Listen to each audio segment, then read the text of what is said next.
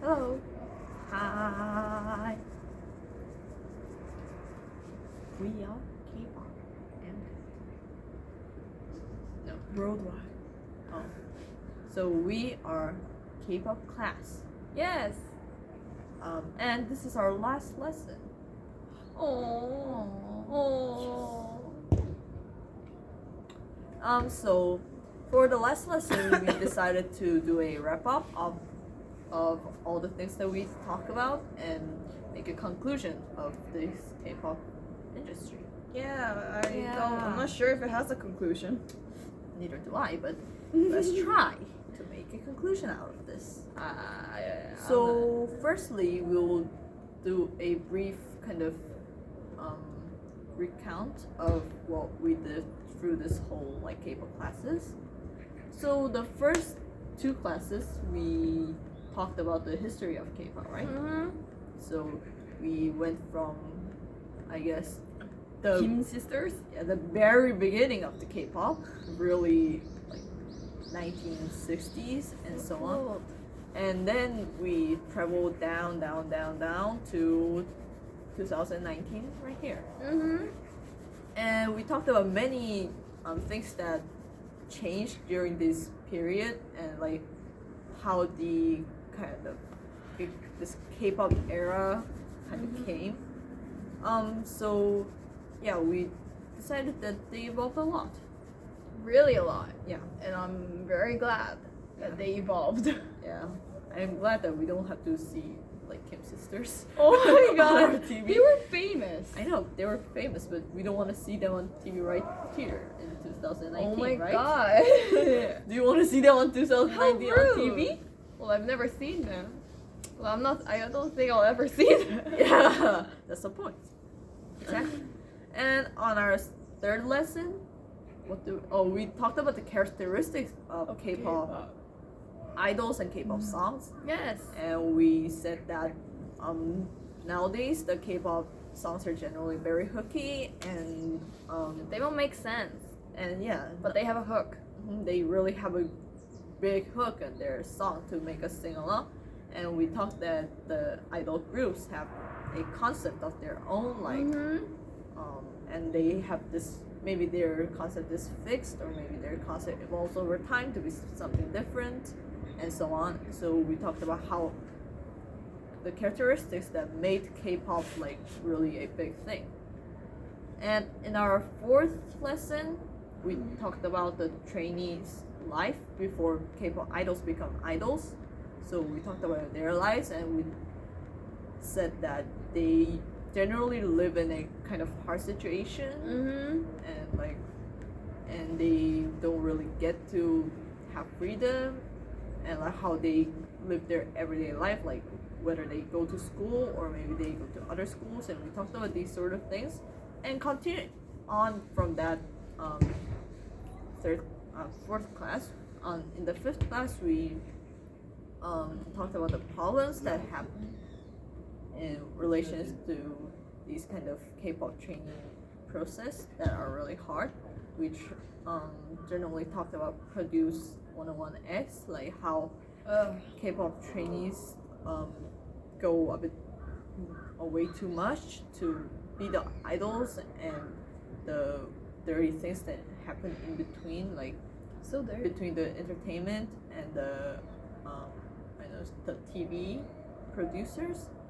And in our sixth lesson, we talked about the other problems that happen after the K-pop idols become Like idols. illegal problems. Really illegal problems and really Very- big problems that happen in Korean society related to K-pop.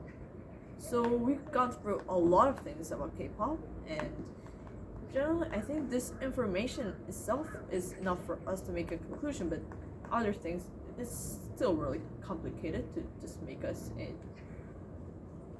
actual kind of conclusion.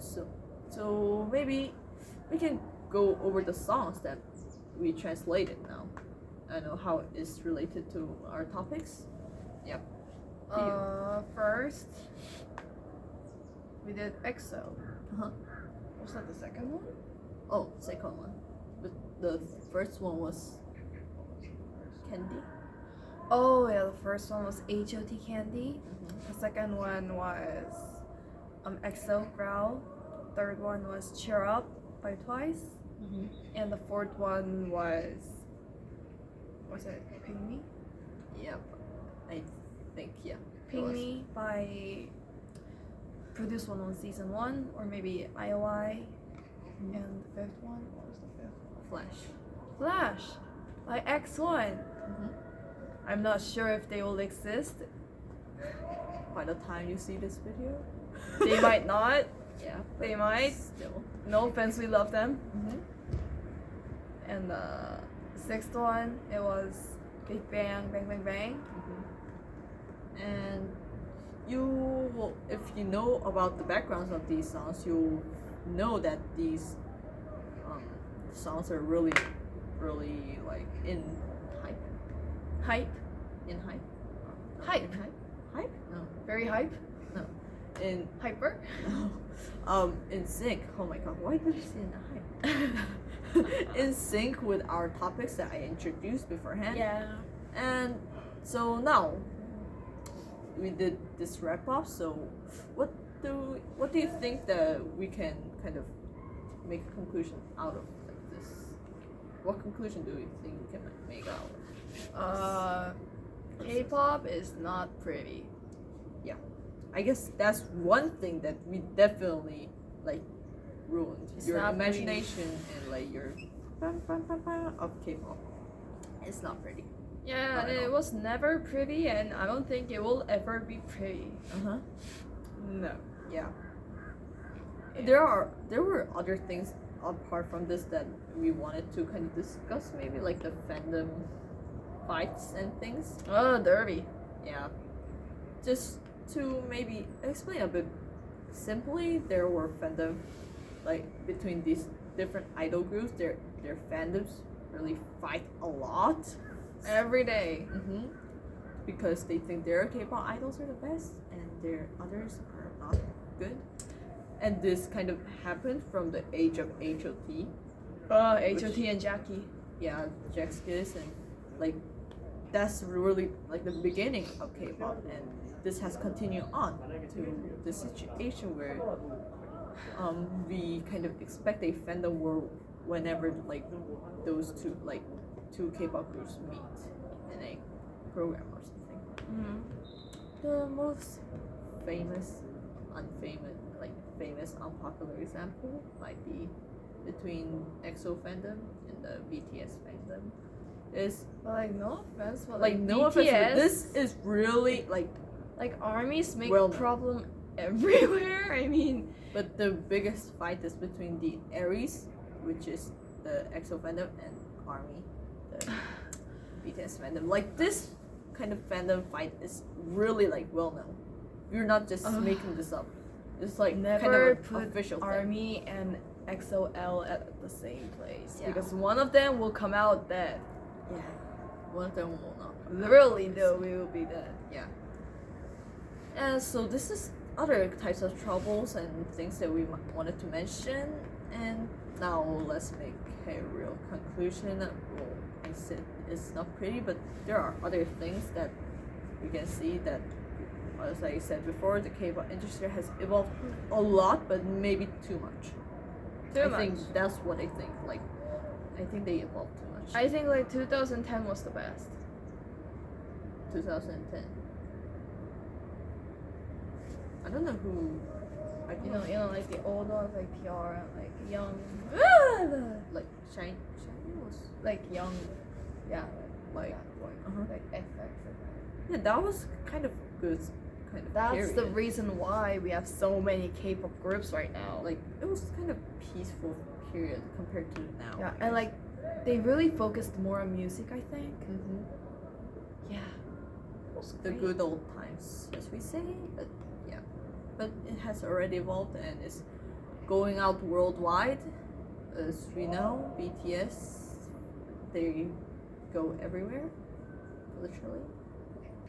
Okay, so we're back, and we were talking about the conclusion we made out of these K-pop classes, and we thought that they evolved too much, but they're still going worldwide. So I think we can't stop this from evolving. We can't stop like, it, um, I guess developments, but it is clear that we need to take care when we're doing making this evolve. And there are really good syndromes that are happening now. For example, Queendom. Oh, I love Queendom.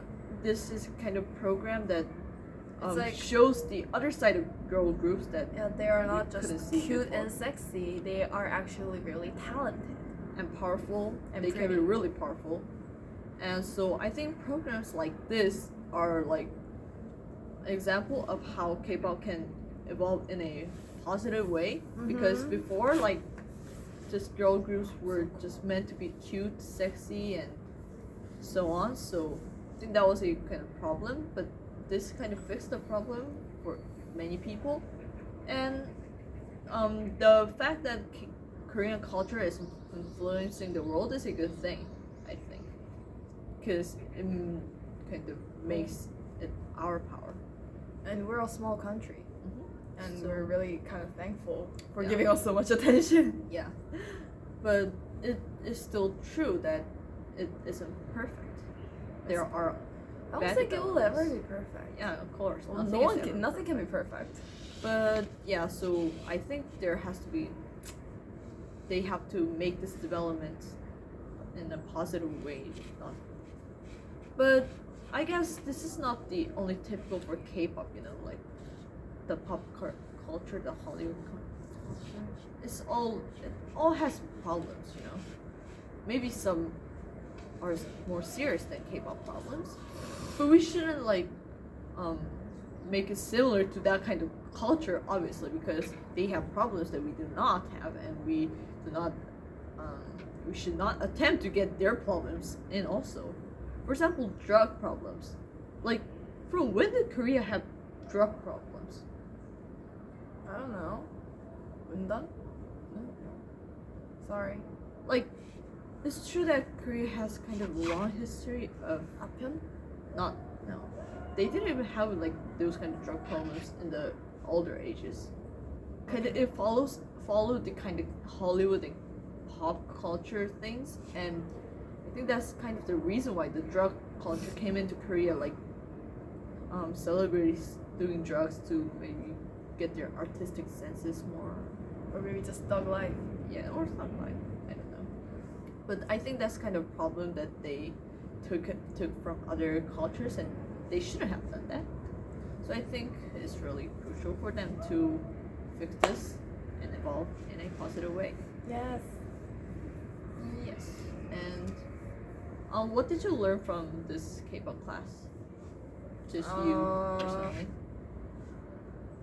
It doesn't have to be about K-pop. It just can be about this general project that we're doing.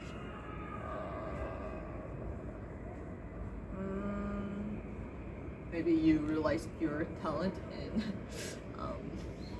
My talent in Translating? instant translation. yeah, maybe she yeah, you can feel anything. And I personally felt that also this kind of taking videos and explaining about things can really increase our capabilities of doing like teaching and explaining. Also evolves our linguistic skills and our knowledge of K-pop. I learned many things about K-pop that I didn't know before. As a person who was not originally interested in K-pop, I learned a lot of things. And so I think it's a good thing that we did this project. Yeah, me too. So the last song that we prepared is Amour Petit yeah. by Kim It's not really a K-pop song, I guess. It's a It's a chop K-throat with Uh-huh. EDM, and the style, but but it's a blast. yeah, it was a really kind of best seller. I love that song. So, yeah, a lot of people love this song, and this. Why did you pick this as our last song? Because as a last video, I can't decide like which song to do. So it's like a peaceful thing. So like live, good. Yeah. The name of the song and the lyrics contain the meanings like Happy be life. free and live a life like you want to do. Because the singer's like 60 years old. Yeah. So let's begin. This is what whole the living is like. And no one can be perfect. And like we just throw all these like novel kind of stories to the world. And don't ever be so stressed out about yourself. You can never be perfect about anything.